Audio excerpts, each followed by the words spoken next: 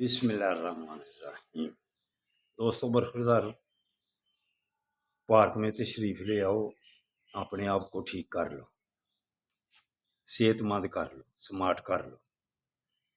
طریقہ یہی ہے، آزما کے دیکھ لو، تجربے کی بنا پر بات کرتا ہوں۔ باقی جو بھی صحت کے بارے میں کہتا ہے سنو، ان کی بھی سب کی، لیکن میری بھی سنو۔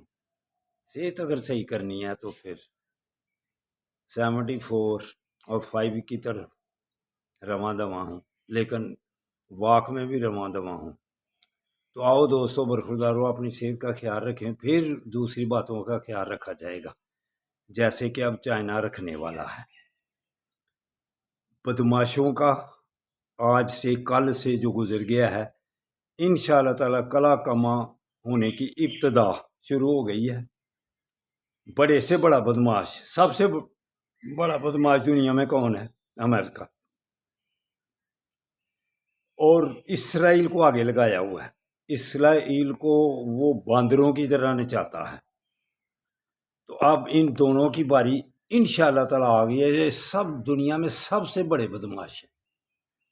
اگر ان کو قابو کر لیا گیا نا، تو چھوٹے لیول کے جتنے بھی نیچے ہر ملک میں بدماش ہوتے ہیں، جو اپنی مرضی کرتے ہیں، جمہوریت کو چھوڑ دیتے ہیں، دینی باتوں کو چھوڑ دیتے ہیں، اپنی صرف انفرادی حیثیت کو سامنے رکھتے ہیں۔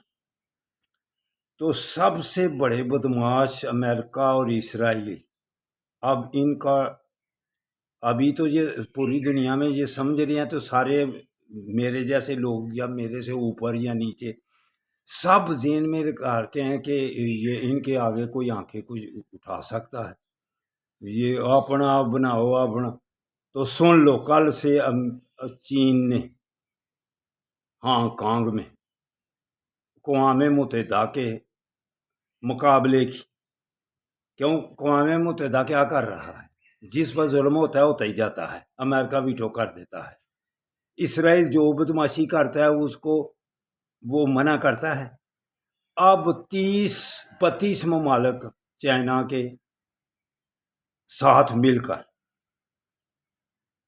ایک اقوام متحدہ جیسا ادارہ بنا رہے ہیں، جس میں انشاءاللہ تعالی 60 ممالک تقریباً سارے تعاون کریں گے، اور یہ آہستہ آہستہ بڑھتا جائے گا۔ اور اقوام متحدہ نے جو اپنی ساکھ کو نقصان پہنچایا ہوا ہے نا، انشاءاللہ تعالی یہ ادارہ مظلوموں کی مدد کرے گا اللہ کی مہربانی سے۔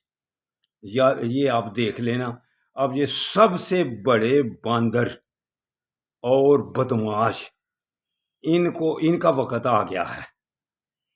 بس صرف تھوڑی دیر کے بعد اقوام متحدہ اپنی ساکھ کھو بیٹھے گا بس۔ تو دوستو آؤ میرے ساتھ واک کے لیے آؤ، آپ کی انفرادی حیثیت کو برقرار رکھنے کے لیے کہتا ہوں۔ تو جو میری بات مان لے گا اور میرے ساتھ آ جائے گا، انشاءاللہ تعالی اس کو فائدہ ہوگا۔ اللہ حافظ، اللہ حافظ۔